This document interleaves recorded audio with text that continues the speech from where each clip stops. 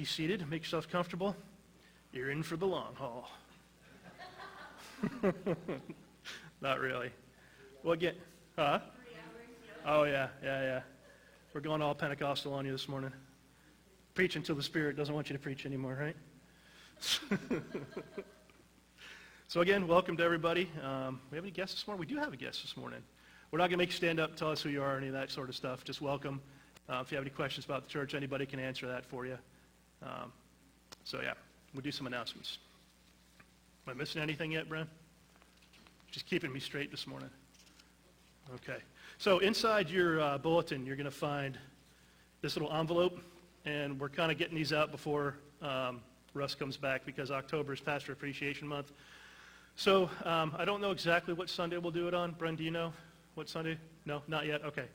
So if you want to contribute to that, stick that in there and stick it in one of the boxes over here by the door or over by the entrance. Let's see. We have a church work day coming up on the 22nd, and it's going to be a really big job. We bought a new playground set for the upgrade we're doing for the sports complex area. The Coast Guard's going to be helping out, but like I said, it's a really big job. We're going to need as many hands as we could possibly get for that one. And also, as always, our lovely flower gardens need to be weeded some more before they go to bed for the winter. Let's see. Again, church, it's Wednesdays, normal 10 to 5. Anyone who wants to come in and pray. Again, the firewood ministry, if you need wood or anybody else needs wood, give Brent a call. And we have a potluck coming up on the 26th following the service. There's going to be sign-up sheets out in the fellowship hall. Just a quick reminder, a policy on the COVID stuff that's coming up. Russ got a little thing here for us. Masks are recommended by CDC for anyone who's indoor, vaccinated or not. We are not going to require you to wear a mask. However, should you like to, go right ahead and wear a mask. Unvaccinated folks, if you haven't received the vaccines, you are strongly recommended to mask, as well as anyone who has any serious health conditions. And like I said, if you want to, go right ahead. If you don't want to, that's up to you. We're not going to force anybody to do that. If you have been exposed or if you're feeling ill, please stay home. Isolate yourself until you can get tested. This new variant, I guess, is causing a bit of an issue with folks.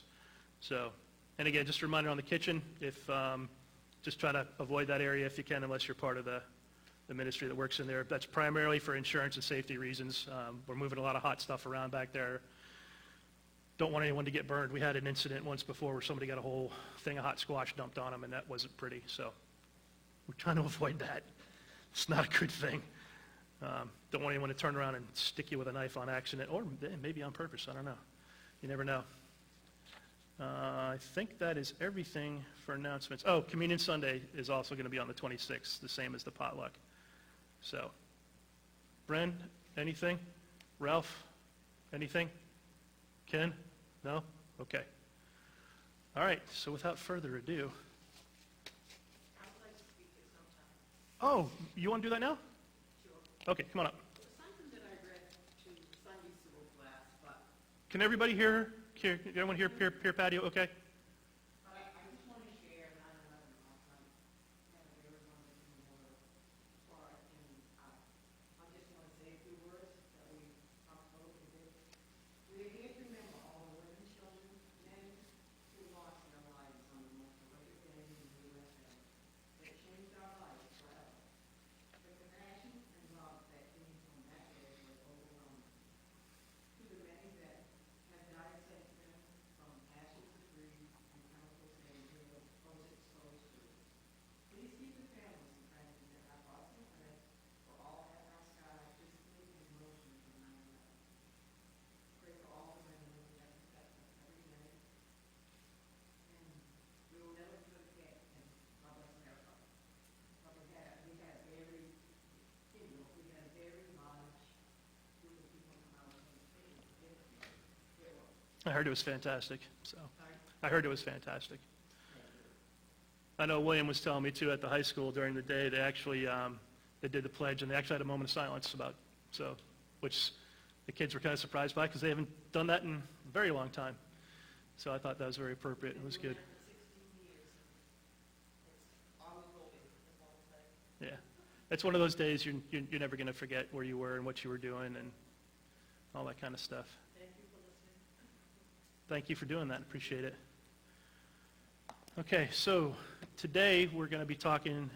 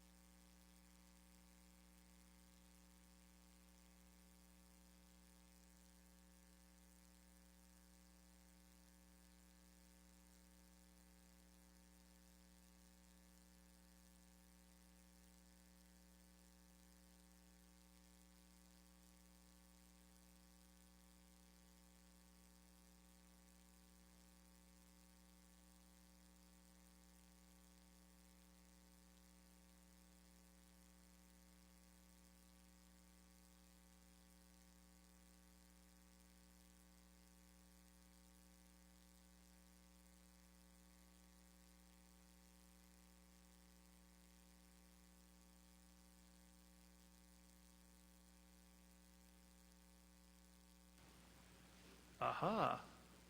Yes? We're good? Ah, ha, ha. Okay, so where were we? All right. So yes, Psalms 15, how will you be known? So if you can turn to your Bibles to Psalm 15, if you don't, or your iPads or whatever device you're using, we'll go through it real quick and then we'll go back through. So it's a Psalm of David, and it was titled, Who Shall Dwell on Your Holy Hill? It says, O Lord, who shall sojourn in your tent?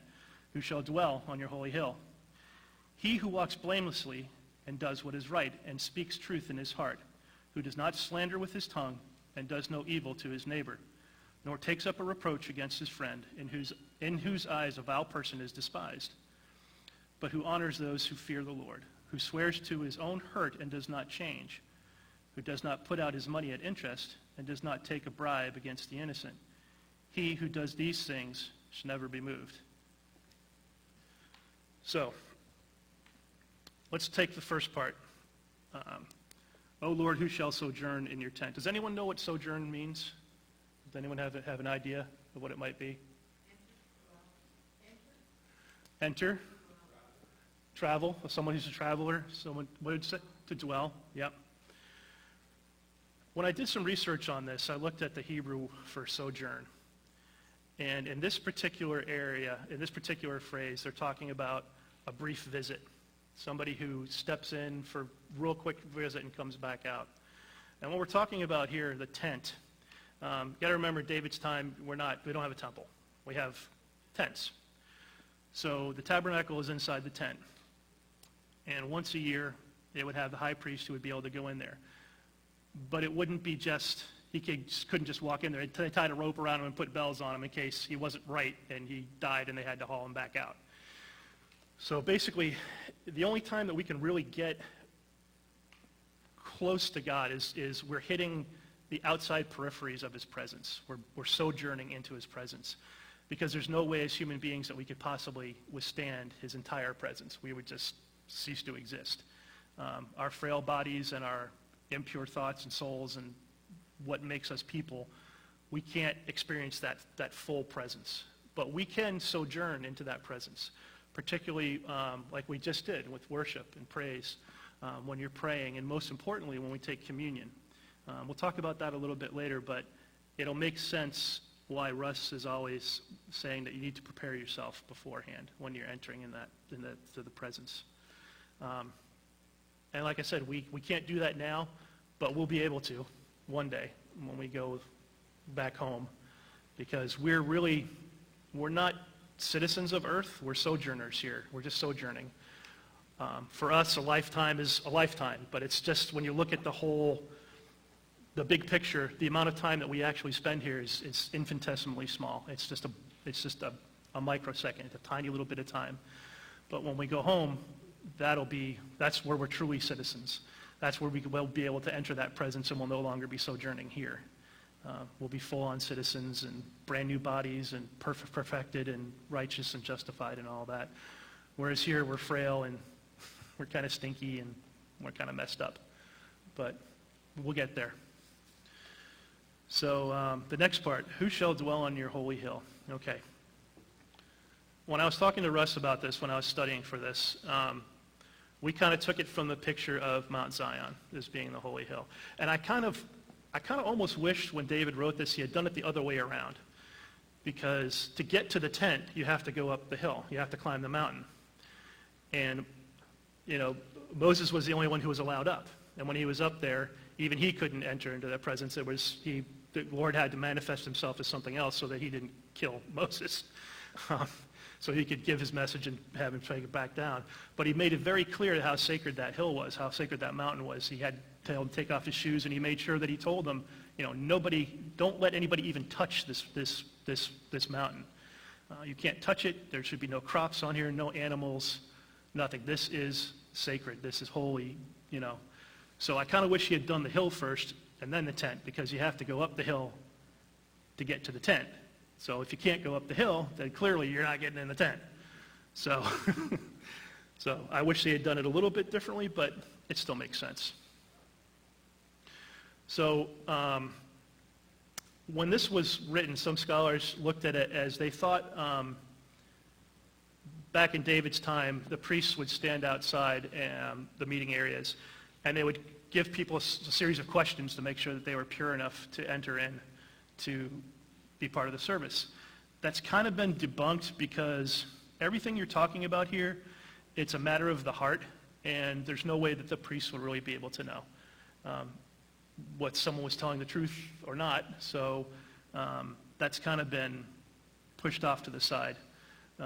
The other interesting thing about this is that if you look a little further on, I won't ask you to go there now, but Psalms 24 and Isaiah 33, Psalms 24, 3 through 6, if you want to look it up later, and Isaiah 33, 14 through 16, basically says exactly the same thing here. It's a little bit different wording, but it's essentially the same message. And like Russ has told us, anytime you see something like that, when you see a repetitive message, it's very, very, very important. So it's really important to know what's going on here and further on down. Afterwards, if you guys, there's also Psalms 27, 4 through 6 also is another place. And there's a few others. I can get you some more references if you want to really study this further. But it's very interesting to see reading through the notes. The other thing, if you don't have a study Bible and you really want to get into studying, you really get into the meat of the things, I would suggest that you get one. Not that your regular Bible isn't going to be good, but you get so much more from here. You get a lot of, like a little mini concordance. It gives you a lot of the history behind what's going on during the time, and a lot more references. So it really helps. You can really almost get into the mind of the people at the time. It's pretty cool. But so I would suggest that strongly. So the next part we have is he who walks blamelessly and does what is right and speaks in his heart, and speaks truth in his heart. These things, as we go through, you get the first two questions, and they're kind of rhetorical questions. The people that are singing this song, they know that they don't have these qualities down pat. So they're kind of rhetorically asking the questions, and then they kind of answer them themselves because they know what the right answer is. They know what they're supposed to do, but not everybody is able to do that. Obviously, nobody's perfect, and these folks certainly weren't, and we certainly aren't. So the first qualification of someone who can sojourn into the tent or dwell on the holy hill is someone who walks blamelessly and does what is right and speaks truth in his heart. So basically, you're looking at someone's character, okay? Nobody's looking. Does somebody do right no matter what? It's a reputation thing. How is somebody known? How will you be known? Are you known as somebody who's righteous, who does the right thing, who doesn't hold grudges, who doesn't seek out to harm people. Your heart at the time, the organ itself, your actual heart to the Hebrew folks back then was where sin was kept. Then there was the heart, your soul, which was a different thing. So here they're talking about a little of both. They want to make sure that someone is again, not holding the sins within them, that they're pure, that they've got the right things going on. And the next part, who does not slander with his tongue and does no evil to his neighbor. Again, that's where we get into the backstabbing, the gossiping, using foul language types of things. And obviously does no evil to his neighbor. You want to be known as someone who is a good person, someone who has good relationships with your neighbors. In the church today, the worst enemy of the church, unfortunately, and please don't take this the wrong way, are Christians. We can be our own worst enemy sometimes. We have a lot of people running around that are claiming to be Christians that do some very un-Christ-like things. We see it all the time. You see it, all these things on TV with these big pastors that are getting into trouble constantly, whether it's embezzlement, sexual inappropriate, any number of things. You see these major ministries collapsing. And people look at that and they say, if that's what a Christian is, I want nothing to do with it. If they hear one of us talking poorly about one of our neighbors, we're having a dispute with someone, that's something that needs to be handled one-on-one. It's not something we need to be running around town talking junk about somebody. Because again, well, geez, doesn't that person go to Cornerstone? Aren't they supposed to be a Christian? What's going on with this person? If that's what a Christian is, I want nothing to do with it. And if we want to grow and prosper, which of course we definitely want to grow, we want to attract some younger folks as well. Younger folks, if you're home watching this, please don't take this wrong. A little bit softer, okay? They're not quite as thick-skinned, and they take things to heart. They wear their hearts on their sleeve very much. And if we want to attract that younger generation, we don't want to be out in town slandering people and saying all kinds of nasty things about them. And then again, the next part, and takes up no reproach against his friend. Same thing. Your neighbor's one thing. Your friend is a whole nother animal. Especially if you're a Christian, chances are your friends are Christian friends. We need to treat each other and within our family even better than the people that we deal with on a regular basis. A lot of, when you look at the Hebrew stuff, the word like neighbor, it actually says brother. So you're supposed to see your friends as your brother. People here, we're all brothers and sisters, literally. I don't know about you all guys, but I literally consider you all part of my family, my extended family. And I try to treat you guys like I would treat a member of my actual blood family. And that's what we're supposed to do as a church, as brothers and sisters in Christ. Making sense so far? Any questions? No? Okay. Let's see. And in whose eyes a vile person is despised. Okay. This is where we can sometimes run into problems. This is also where we run into the in, not of, separation from people in society. It's difficult. How do you reach the people that you're supposed to despise, right? The things that they do are anathema to what Christ would want us to do a lot of times. But at the same time, we need to be able to reach those people and, in a way, love those people, but not what they're doing, okay? I know it's hard. It's difficult to do. It's something that I struggle with. In my line of work, I work with people that are recovering drug addicts and alcoholics who have done some really bad things. But then again, when I look at my past and my recovery, I have done some really bad things.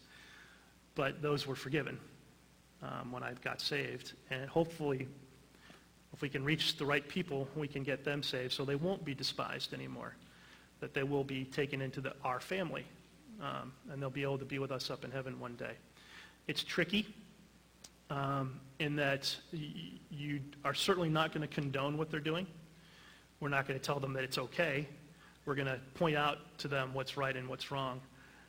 And I guess in a way, despise what they're doing. It's a strong word. It's a difficult concept sometimes. It's where a lot of churches run into problems. They can't bring anybody in because they're not willing to accept the dirty, stinky drug addict guy who sleeps in the ballpark dugout because he's a dirty, stinky alcoholic person who does bad things.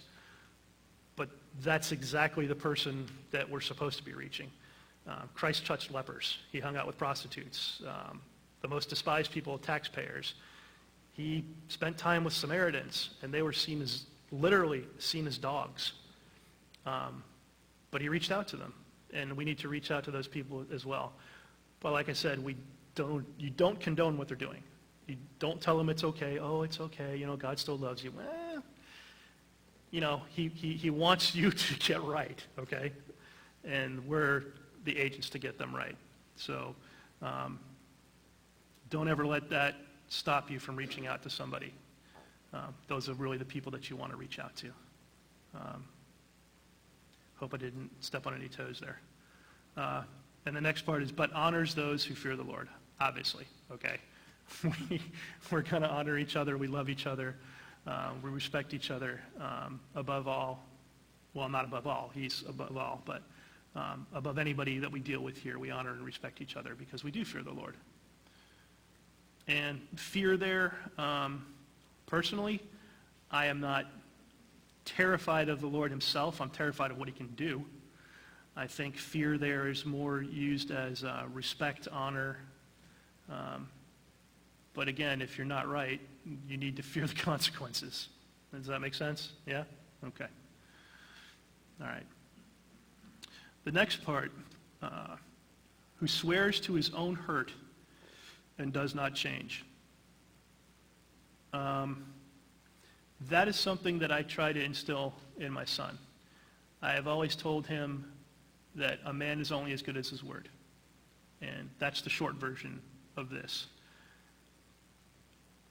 In these times, in David's times, if you swore, you took an oath, not swore as in cussing, but you took an oath, and you were taking that oath in front of God. And you better darn well do what you said you were going to do. Again, it comes down to your reputation. It comes down to we are ambassadors. We represent Russ. We represent Cornerstone. We represent the Southern Baptist Church. We represent Christendom. We represent Christ. We are, like I said, we're his ambassadors. There's no one else here to speak for him. Of course, he doesn't need us, per se. He can do it himself, but he chooses to let us be his agents here. And everything we say, do, we're under a microscope. Especially nowadays, people are looking for reasons to come at the church and come at the church hard. You see it in the news all the time. You hear it around town, people talking. I'm sure maybe some of your acquaintances, you may run into resistance and things, and they're looking for ways to point a finger and go, ha ha, gotcha. You dirty little Christian, you. You said you were going to do X, Y, and Z, and you didn't do it. Or you didn't do it fully, or you did the opposite, or you didn't do it on time.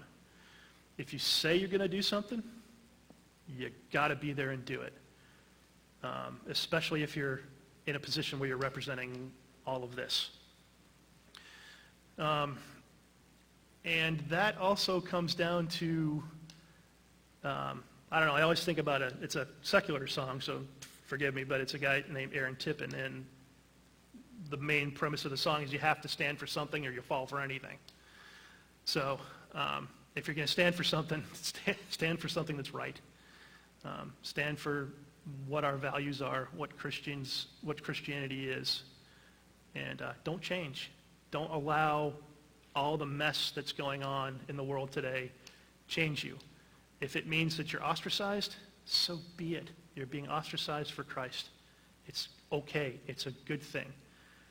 And I know we don't like to talk about this, but persecution is going to come, guys. It's getting closer and closer. If you see what's going on in the world today, it's coming. In some places, it's already started. Out on the West Coast and different places, being a Christian it's not a good thing to a lot of people. We're seen as the bad guys. But be proud of that. Be proud of who you are. Be proud of what you stand for. Don't change. Don't change to get more friends. Don't change because your friends are mad at you. If you lose them, you lose them. Stand for what's right. Keep the important stuff. Shed all the rest of it. Cut it away. It's dead wood. It's going to get burnt up in the fire, okay? Stay there. Be that center pole of the vine. Don't be one of the branches that's going to get hacked off. It's going to dry up and die, okay? All right. The next thing, who does not put out his money at interest, okay? That was a very big thing back in these days also. A Jew was not allowed to loan money to another Jew with interest at all. You could do whatever you wanted to a non-believer. You could charge them whatever interest you wanted to, but you better not do it to another believer. It's just one of those laws that they had at the time. It was very strictly enforced. It says here, when the Pentateuch laws regulate loans, they're generally envisioning private loans to a neighbor. Okay, a neighbor being another believer. The same word there, neighbor, brother. Typically talking about, when your crops failed, you need money to buy seeds or something like that. You gave them money or you gave them the seed. You didn't charge them any interest. You didn't expect anything back. You didn't say, yeah, I'll give you these seeds, but you're going to give me half of the crop. None of that. To a believer. To somebody else, you could pretty much do whatever you wanted because a lot of times they were seen, like I said, as dogs, particularly Samaritans. The psalm doesn't particularly say brother, but it says it just says period, do not put out your money at interest. So it's actually insinuating that they want you to go beyond what the law said. It's better to be generous to everyone. Again, that goes back to who are you going to be known as? Are you going to be known as a good guy who, if you're in down and out, yeah, sure, I'll give you, whatever you need to help you get back on your feet, or are you going to be a loan shark? It's one of those things. They're fairly certain, from what I've been able to gather, that they want you to go beyond what the law says, beyond what the Pentateuch law says, and be generous to everyone, because God was generous with us. He saved us. We didn't need to be. We certainly don't deserve to be, but He did it anyways. So, and that's kind of what they're insinuating here, because it doesn't specifically say brother, that you can only do that for your brothers. And the next part is, and does not take a bribe against the innocent. At the time, in the justice system of the day, it was very commonplace for one of the religious leaders to buy somebody off and get them to say whatever they wanted them to say if they had something against someone. I mean, perfect example, Christ. That happened to him on a regular basis. It happened to the apostles when they went around preaching, where people were bought off to say things against them. They were bribed to make up lies. Oh, this guy's inciting riots, or he's bringing unclean people into the temple, when they weren't. But people were taking money to do that. And here it actually says to take a bribe against the innocent is an outrage against the justice that should characterize God's people. It also scorns the very character of God. So even though that was part of their laws, they did it anyways. The religious leaders of the day were not the nicest people going. They were in it for the power. They weren't in it because they wanted to make sure that people got saved and went to heaven. They really didn't care about it. They cared about making sure that the laws were obeyed, their laws were obeyed, whether it was God's laws or something that they had made up. It was going to be obeyed, come hell or high water. You were going to do what you were told. And if that meant that I had to buy somebody off to get an innocent guy to prove a point that I'm in charge, then by golly, that's what I'm going to do. Even though it outrages God. It's completely against what he wants us to do. Okay? And that's even today. That goes to me, that again goes into the gossiping, the backbiting. If you're spreading some falsehood about somebody, you're doing the same thing. You're bearing a false witness against someone who's completely innocent. And that is not something that we need to be doing. It causes a lot of heartache, a lot of hurt, a lot of dissension. Churches split over things like that. People have left here over things like that. It's not something that we need to be doing. It's not something that a Christian does. And again, how will you be known? Are you a gossiper? You a backbiter? You run around town talking junk about people just to stir the pot because you can? Or are you the one who stops the rumor, who jumps on it and says, no, that's not true. You don't know that that's true, or you don't know that that's not true. So stop it. Don't be afraid to challenge somebody. Don't be afraid to be that person that steps up for someone who's innocent. That's a good thing. That's a really good thing. And then finally, the last one, he who does these things shall never be moved. So basically, that's your assurance. The person who has embraced the covenant promise may be confident that God will ensure his stability. If you're living by his laws to the best of your ability as a human being, he's going to be there for you. He's going to have your back. He's going to make sure that, not necessarily that you're rich, but I can tell you there are moments in my life where we didn't know where the next thing was coming and a check showed up. You're going to be stable. You may not be living high off the hog, but you're going to be comfortable. Speaking from personal experience, I went from making $60,000+ a year working for the government to right now I live on disability and I work for Healthy Acadia part-time as a recovery coach. And you know what? I'm not any less happy than I was. Okay? I have a house. It's not a great house, but it's a decent house. I have a car, gets me from point A to point B. My kid has a car. Granted, it's kind of beat up. We bought it off of Russ, but hey, it gets him from point A to point B. I have a wonderful family here. I have a wonderful family, my blood family.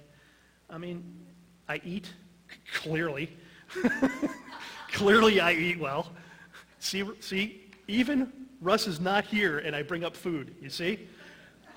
There's something about this pulpit, I'm telling you, where you get up here and you just go, and you go, is that fried chicken? Seriously. There's something about this pulpit. I think Russ has like a spray bottle. He sprays like Kentucky Fried or Mama June's Special or something on there. I don't know what it is. But you got to mention food while you're up here. It's just one of those things. But again, as long as you're doing everything that's right, what could possibly go wrong? And even if something does go wrong, is it really the end of the world? Are you still going to wake up the next day? Sure. Are you still going to have your friends? Well, hopefully. If not, then those weren't the friends you needed anyways. You've got your family, people that love you. You've got this family. Clearly we all love you. Well, maybe not Ralph, but Dean does, Ralph. Dean loves you very, very, very much. So you're okay. But that's what it comes down to. I mean, like I said earlier, when we talk about preparing for communion, that is one of the most important things we do. We do it once a month. I know some churches do it every service they meet, some twice a month, whatever. Here we do it once a month. And that in my mind, is the time where we get to, remember how we talking about you're kind of around the periphery of the presence? You can't penetrate all the way through, but in my mind, when we're taking communion together, when we're receiving those elements, that's when we penetrate into that presence the deepest, because that was one of the most incredible things that he did. That's how we remember his sacrifice. And to me, that's when I feel the closest. That's when I get to, granted, it's nowhere even near closest to I want to be, but that's the closest that we can get. And in order to make that penetration into the presence, you got to be right. You got to be right in here. You got to be right here. That's why we always say, if you have something against somebody here, take care of it. If that means you got to get up out of your seat and walk over to somebody and either apologize or ask to be forgiven, either, do it. It's okay. I've had to do it. I've done it here. I got up before and I went and I talked to somebody because we had a pretty nasty blowout. And I didn't feel right about taking communion. I wasn't in the right place, not here or here. And I went and I apologized to the person. I got forgiven. To forgive someone or to be forgiven, I'm sure we've all been there. But there's such a weight that's lifted off of you. It feels so good. It's so freeing. And then if you're the person forgiving, to see that lift off of that person, to know that you can see that, okay, it's going to be okay. And they finally realize, and it lifts off of them. It's a really cool feeling. I've been on both sides of it. I had to ask a lot of forgiving when I got saved. I did some bad stuff. I mean, if you want to know my story sometime, we can sit down and talk, and I'll tell you all about it. I don't have a problem with that, but it'd take too long here. But there's a lot. But it's freeing. It's a great thing to do, and it's a beautiful gift to be able to give to somebody else if you're able to forgive someone. I'm not a big proponent of the, I'll forgive you, but I'm never going to forget, whatever. If that's the way you're going to do it, you're better off not even doing it, honestly. Now, I've had things done to me that you can't forget. They're just things that are implanted in you that you can't forget. But it's a different type of not forgetting. It's not holding it against someone. It's there. It's going to be there. Certain things that happen to people, certain traumatic things, you cannot forget them. It's impossible. You can't get them out of your brain. It's what you do with that. I did a sermon one time on forgiveness. It's not easy. It's not something that anyone can demand that you do. It's personal. It's between you, that person, and God. But if you make the choice to hold on to something and not let it go, as it were, it can cause a lot of issues. It gets into your soul and it festers. It'll cause what they call a root of bitterness. I'm sure you guys have heard that term before, right? Yeah? And it'll cause you no end of worry. Especially people who've had traumatic things done to them. It's hard to forgive. It's hard to move on. But if you're able to do, it's very freeing. If you want to drag that, 800-pound gorilla around with you on a, 1,000-pound chain the rest of your life, that's your call. That's on you. But you're going to be miserable. There's people that I would want to be able to forgive, but I can't find them. Don't know where they are. Don't know if it'd be a good thing. If you can't find the person, just do it in your heart between you and God. It's better than nothing. I've written letters to people, sent emails. Sometimes you get a response, sometimes you don't. That's on them. But at least you've made the effort, and you will feel better. You will. So, especially when it comes to communion, if you are in a bad place, don't take it. You're not going to get the full benefit of it. It's just not, I can't tell you not to. I would suggest that you don't do it. Nothing bad's going to happen to you. You're not going to, get poisoned and fall out of your chair and die, but you're not going to get that full benefit. You're not going to be able to penetrate all the way as far as you can penetrate into that presence and get all the benefit of it. I would strongly suggest that you get right before you do it. take the week before. If you know communion's coming up, start preparing yourself. Start saying, it's part of your quiet time. Talk to God about the things that you might need to get right, the people you might need to talk to. Don't put it off, because the longer you wait, the harder it gets. The more shame, guilt, or if you're the person who did something, or if you're the person who had something done to you, the anger and all that comes along with that. I spent a lot of my life being an angry kid. It's not fun. You don't want to do that. It's not good. You do stupid things. You make bad choices. You make bad decisions. So like I said, get right. Do what you need to do. And that's what I have for everybody today. I know it's kind of short. I hope you got something from it. So yeah, I hope you enjoyed it. I hope it was beneficial. And like I said, if you have any questions, please, I would love to talk to anybody about it. I got a lot of good stuff still in here that,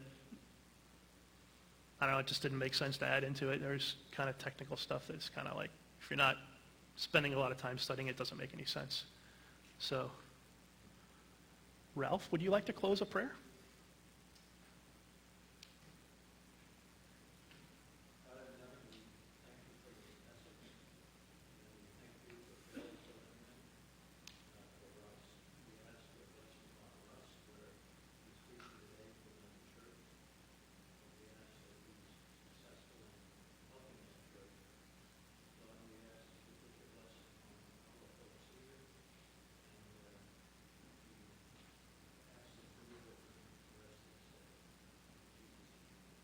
Amen. Thank you, Bill. You're welcome. Yeah, Brad. What's that? Oh, yes, we have a closing song, so if you want to stand up, we'll sing together real quick, and then we'll go hang out in the fellowship area.